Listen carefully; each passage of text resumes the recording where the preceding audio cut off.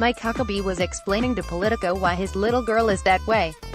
It was that Sarah Huckabee Sanders grew up during his Arkansas political career listening to pollster Dick Morris explain poll esoterica and beholding the bias against her dad in the Arkansas press.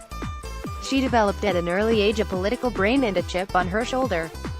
The print press in Arkansas were pretty slanted, and for the most part overwhelmingly pro-Democratic, Daddy Huckabee said. But there is nary a non-conservative editorial page in the state except for the alternative weekly, the Arkansas Times. And to say the Arkansas press was slanted all those years is a slur on the fine reporting staffs at this paper and others. Alas, I often have stood accused of thinking, apparently erroneously, that everything is about me. But, in this case, I strongly suspect it's accurate to say that the former governor was talking mainly about me and Max Brandley of the Arkansas Times as well as columnists like Ernie Dumas and Gene Lyons. It's odd that there's a cottage industry of old white guy left-of-center columnists living in a few block area in Little Rock's Hillcrest neighborhood and hanging on to bumpers-esque and Clinton-esque themes. I would go so far as to nominate myself as chief offender, considering that, as a daily newspaper columnist writing 4 to 5 columns a week for all those Huckabee gubernatorial years, I penned more words than the others, unless you count Brandley's blog, as I guess you should. And I revealed a penchant I'm not uniformly proud of.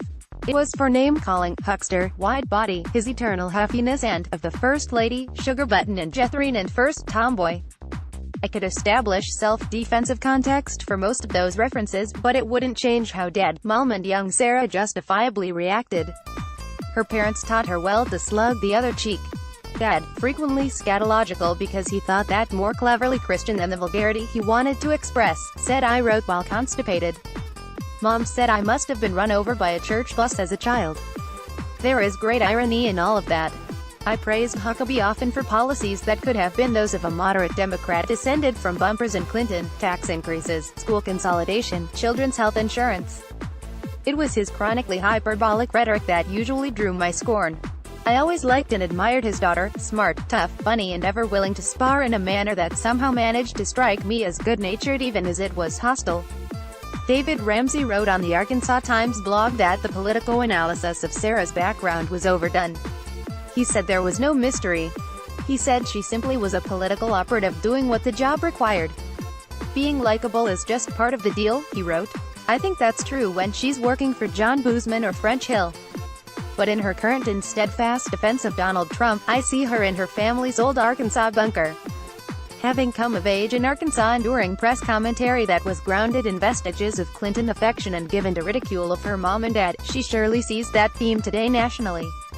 It's all pretty much the same. I suspect being made fun of by Clintonites and columnists in Little Rock and sitting through the White House Correspondents' Dinner as a comic makes mean-spirited fun of you. Either way, it's clear to you that out-of-touch liberal elitists are trashing you because you're rural, Southern, conservative Baptist and Republican. Either way, you respond in kind. When reporters pressed Sarah on whether Trump had ever apologized to any women he is accused of mashing, she replied by asking if Hillary Clinton had ever apologized to the families of Benghazi victims. It was an absurd non sequitur, but it reflected her raising, awash in huffy resentment of perceived double standards when it came to discussing Clinton behavior. When the Arkansas Times broke an expose about the Huckabees' inappropriate use of governor's mansion funds for personal groceries, what the Huckabees saw was ridicule of their pedestrian Velveeta affinity by wine and cheese snobs who covered up Bill's more low-rent behavior.